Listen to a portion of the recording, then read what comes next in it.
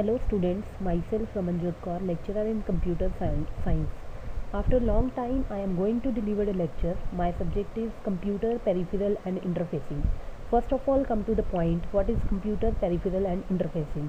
Peripheral means these are the input and output devices attached to the system, and interfacing stands for link between input and output devices to the system.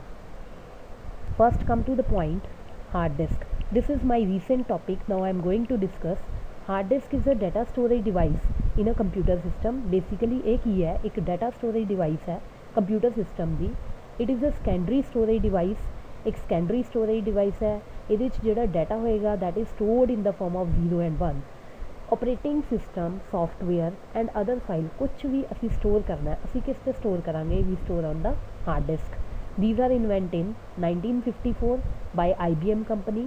Hard disk ਜਿਹੜੀ ਸੀ different sizes ਵਿੱਚ ਆਉਂਦੀ ਸੀ 3.5, 5.25 inch ਤੇ ਇਹਦੇ ਤੇ ਕੀ ਹੁੰਦਾ ਸੀ ਪਲੈਟਰਸ ਹੁੰਦਾ ਸੀ ਪਲੈਟਰਸ ਦੀ different capacity ਹੁੰਦੀ ਸੀ up to 10 GB 20 GB and up to 80 GB platter ਦਾ ਕੰਮ ਕੀ ਹੁੰਦਾ ਸੀ that is used to store the data. Next, two different types of hard disk drive. First one is the SATA. SATA stands for Serial Advanced Technology Attachment. In this 7 pin for data means कि साडे कोल की हुंदा सी we have 7 pin connector that is used for the data purpose and 15 pin power ਜਿਹੜਾ 15 pin power connector use ਹੁੰਦਾ ਸੀ and 4 pin molex wire use ਹੁੰਦੀ ਸੀ ਤੇ ਇਹਦੀ ਜਿਹੜੀ speed ਹੁੰਦੀ ਸੀ that is up to 600 Mbps. Mbps stands for megabits per second. And SATA ਜਿਹੜਾ ਸੀ that is divided into the 3 parts. First form ਆਉਂਦੀ ਸੀ SATA 1 ਜਿਹਦੀ speed ਸੀ 150 Mbps. SATA 2 ਸੀ ਉਹਦੀ 300 Mbps C. Third one is the SATA 3 ਇਹਦੀ speed ਸਾਡੇ ਕੋਲ ਸੀ 600 Mbps. ਜਿਹੜਾ recently SATA 3 ਸੀ ਇਹ ਜਿਹੜਾ ਸੀ most commonly ਸਾਡੇ ਕੋਲ use ਹੁੰਦਾ ਸੀ. Second one is the IDE Integrated Drive Electronics. ਇਹਦੇ 'ਚ ਕੀ ਹੁੰਦਾ ਸੀ in this case 40 pin data ਲਈ ਯੂਜ਼ ਹੁੰਦਾ ਸੀ 4 pin ਪਾਵਰ ਕਨੈਕਟਰ ਤੇ 4 pin molex wire ਤੇ ਇਹਦੀ ਸਪੀਡ ਜਿਹੜੀ ਸੀ that is 133 megabits per second. ਇਹ ਪਹਿਲਾਂ ਯੂਜ਼ ਹੁੰਦਾ ਸੀ ਇਹ 2 ਫਾਰਮਸ 'ਚ ਆਉਂਦਾ ਸੀ. First one is the ATAPI 1, second one is the ATAPI 2. ATAPI 1 ਦੀ ਜਿਹੜੀ ਸਪੀਡ ਸੀ that is 100 megabits per second and ATAPI 2 is 133 megabits per second.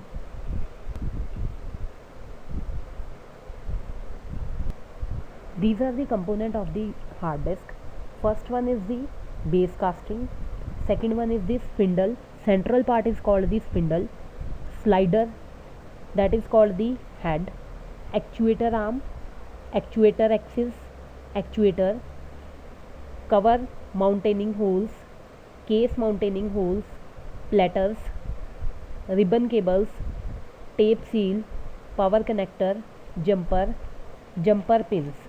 ਹੁਣ ਇਸ ਕੇਸ ਦੇ ਵਿੱਚ ਕੀ ਹੁੰਦਾ ਸਾਡੇ ਕੋਲ ਇਸ ਕੇਸ ਦੇ ਵਿੱਚ ਸਾਡੇ ਕੋਲ ਕੀ ਹੁੰਦਾ ਪਲੈਟਰ ਤੇ ਜਿਹੜਾ ਹੈਗਾ ਸੈਂਟਰਲ ਪਾਰਟ ਹੈ that is called the platter ਤੇ ਸਾਡੇ ਕੋਲ ਡਾਟਾ ਸਟੋਰ ਹੋਏਗਾ. ਸਾਡੇ ਕੋਲ ਕੀ ਹੋਏਗਾ ਇੱਕ ਮੈਗਨੈਟਿਕ ਹੈਂਡ ਹੁੰਦਾ ਜਿਸ ਦੀ ਹੈਲਪ ਦੇ ਨਾਲ ਆਪਾਂ ਡਾਟਾ ਨੂੰ ਸਟੋਰ ਕਰੀਦਾ. ਜਿਹੜਾ ਡਾਟਾ ਸਟੋਰ ਹੋਏਗਾ that is in the form of magnetic form.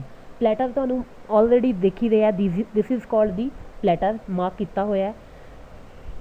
Next, come to the main component of the hard disk.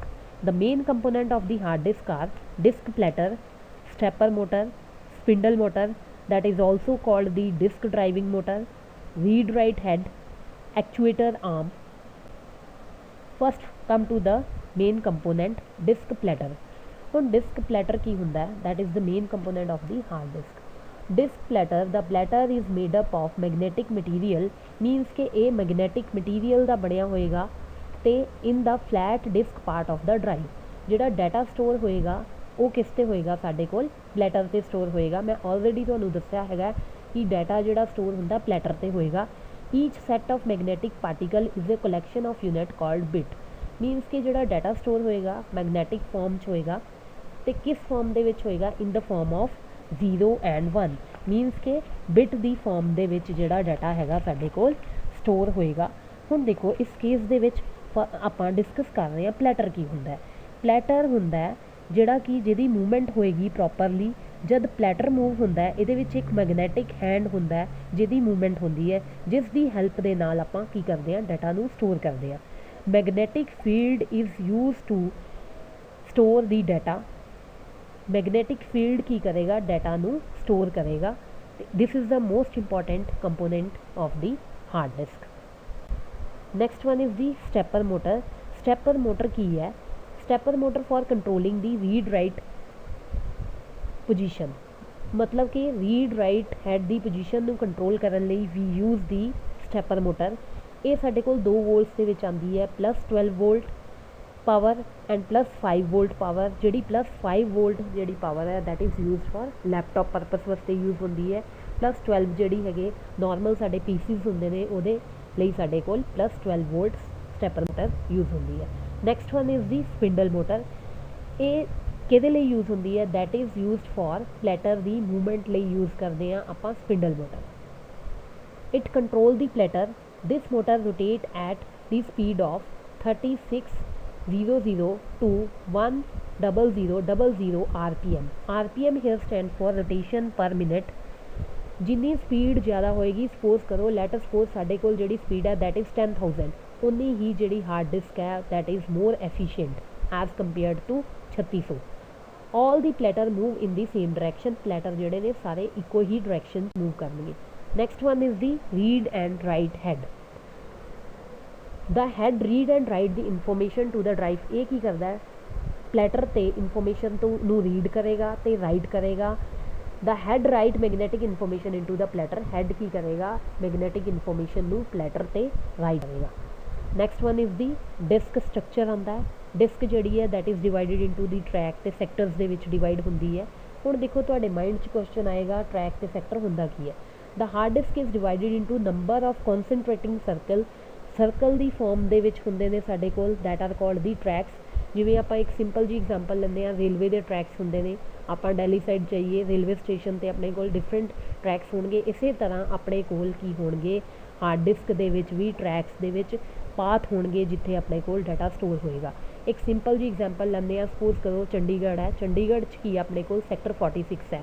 46 ਦੇ ਵਿੱਚ ਆਪਣੇ ਕੋਲ ਡਿਫਰੈਂਟ ਗਲੀਆਂ ਵੀ ਹੋਣਗੀਆਂ, ਠੀਕ ਹੈ। ਜਿਹੜਾ ਡਿਫਰੈਂਟ ਗਲੀਆਂ ਨੇ that are called the tracks and ਪੂਰਾ ਜਿਹੜਾ ਸੈਕਟਰ ਹੈ that is called the sector. ਹੁਣ ਸੈਕਟਰ ਕੀ ਹੈ? Data storage area in one track. ਹੁਣ ਇੱਕ ਟਰੈਕ 'ਤੇ ਜਿੰਨਾ ਡਾਟਾ ਸਟੋਰ ਹੋਏਗਾ that is called the sector. Suppose ਕਰੋ ਇੱਥੇ ਮੈਂ ਕੀ ਲਿਖਿਆ, 512 ਬਾਈਟ ਦਾ ਸਾਡੇ ਕੋਲ ਇੱਕ ਸੈਕਟਰ ਫਾਰਮ ਹੁੰਦਾ। ਇਹ ਇੱਕ ਐਗਜ਼ਾਮਪਲ ਹੈਗੀ ਹੈ। Each sector can have 512 bytes of data. Hard disk problem is due to, ਅਗਰ ਹਾਰਡ ਡਿਸਕ ਦੇ ਵਿੱਚ ਕੋਈ ਵੀ ਪ੍ਰੋਬਲਮ ਆਉਂਦੀ ਹੈ that is due to bad sector. Means ਕਿ ਸਾਡੀ ਹਾਰਡ ਡਿਸਕ ਕਰੈਸ਼ ਹੋ ਗਈ ਜਾਂ ਕੋਈ ਪ੍ਰੋਬਲਮ ਆ ਗਈ that is under the bad sector problem of hard disk. Next ਆਪਣੇ ਕੋਲ ਆ ਜਾਂਦਾ ਫਾਈਲ ਸਿਸਟਮ। ਫਾਈਲ ਸਿਸਟਮ ਕੀ ਹੈ? How data is going to store and where data is store. Means ਕਿ ਡਾਟਾ ਨੂੰ ਆਪਾਂ ਕਿਵੇਂ ਸਟੋਰ ਕਰਨਾ ਅਤੇ ਕਿੱਥੇ ਸਟੋਰ ਕਰਨਾ ਹੈ। ਫੈਟ, ਇਹਦੇ ਵਿੱਚ ਕੀ ਆ ਜਾਂਦਾ? FAT ਫੈਟ ਆ ਜਾਂਦਾ। Fat stands for file allocation table. It comes in 8 bit 16 bit and 32 bits different farms ਦੇ ਵਿੱਚ ਆਉਂਦਾ। ਇਹਦੇ 'ਚ ਕੀ ਸੀ ਸਾਡੇ ਕੋਲ? ਸਿਕਿਉਰਿਟੀ ਪਰਪਸ ਨਹੀਂ ਸੀ। ਪਾਰਟੀਸ਼ਨ ਦੀ ਮੈਕਸੀਮਮ ਜਿਹੜੀ ਸਾਈਜ਼ ਸੀ ਅਪ ਟੂ 32 GB ਸੀ। Does not support data compression, ਜਿਹੜਾ ਸੀ ਪੋਸੀਬਲ ਨਹੀਂ ਸੀ। ਡਾਟਾ ਨੂੰ ਰਿਡਿਊਸ ਨਹੀਂ ਕਰ ਸਕਦੇ ਸੀ। Data compression stands for reduction of data. Data ਨੂੰ ਆਪਾਂ ਰਿਡਿਊਸ ਨਹੀਂ ਕਰ ਸਕਦੇ ਸੀ। It does not support disk quota. Disk quota, ਹੁਣ ਤੁਹਾਡੇ ਮਾਈਂਡ 'ਚ ਕੁਐਸਚਨ ਆ ਰਿਹਾ ਹੋਏਗਾ what is disk quota. Disk quota ਜਿਹੜਾ ਹੈਗਾ that is regarding the some constraints applying to the hard disk. ਜਿਵੇਂ ਆਪਾਂ ਕਈ ਵਾਰ ਕੋਈ ਰੂਲਸ ਲਗਾ ਦਿੰਦੇ ਹਾਂ ਕਿ ਇਸ ਹਾਰਡ ਡਿਸਕ ਦੇ ਵਿੱਚ ਇੰਨਾ ਡਾਟਾ ਸਟੋਰ ਹੋਵੇ। ਇਹਦੇ ਵਿੱਚ ਐਜ਼ ਸੱਚ ਇੱਦਾਂ ਦਾ ਕੋਈ ਵੀ ਸਪੋਰਟ ਨਹੀਂ ਸੀ। ਇਹਦੇ ਵਿੱਚ ਕੀ ਸੀ, ਸਿਰਫ ਇਹ ਸਪੋਰਟ ਕਰਦਾ ਸੀ ਅਪ ਟੂ 4 GB ਫਾਈਲ ਜਿਹੜੀ ਸੀ ਸੈਂਡ ਹੁੰਦੀ ਸੀ। ਹੋਰ ਇਸ ਤੋਂ ਮੈਕਸੀਮਮ ਸਟਰੈਂਥ ਇਸ ਵਿੱਚ ਫਾਈਲ ਹੈਂਡਲਿੰਗ ਦੀ ਹੈ ਨਹੀਂ ਸੀ। That is under the file allocation table. ਹੁਣ ਸਾਡੇ ਕੋਲ ਨੈਕਸਟ ਆ ਗਿਆ new technology file system NTFS।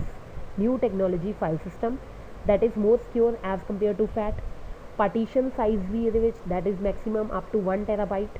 It support data compression ਨੂੰ ਸਪੋਰਟ ਕਰਦਾ ਸੀ, ਰਿਡਿਊਸ ਕਰ ਸਕਦੇ ਸੀ। ਰੂਲਸ ਵੀ ਲਗਾ ਸਕਦੇ ਸੀ ਆਪਾਂ ਹਾਰਡ ਡਿਸਕ 'ਤੇ ਕਿ ਇਹਦੇ 'ਚ ਇੰਨਾ ਡਾਟਾ ਸਟੋਰ ਹੋਵੇ। ਕੌਨਸਟੈਂਟਸ ਲਗਾ ਸਕਦੇ ਸੀ ਅਪਲਾਈਂਗ ਔਨ ਦਾ NTFS ਇਹਦੇ ਵਿੱਚ ਹੋਰ ਕੀ ਸੀ, ਫਾਈਲ ਦਾ ਸਾਈਜ਼ ਜਿਹੜਾ ਸੀ ਐਜ਼ ਕੰਪੇਅਰ ਟੂ ਫੈਟ ਵਿੱਚ ਘੱਟ ਸੀ, ਇਸ ਵਿੱਚ ਜਿਹੜਾ ਫਾਈਲ ਦਾ ਸਾਈਜ਼ ਸੀ that is more as compare to FAT. It is use to send any size file ਆਪਾਂ ਇਹਦੇ ਵਿੱਚ ਸੈਂਡ ਕਰ ਸਕਦੇ ਸੀ, ਦੈਟ ਇਜ਼ ਅੰਡਰ ਦੀ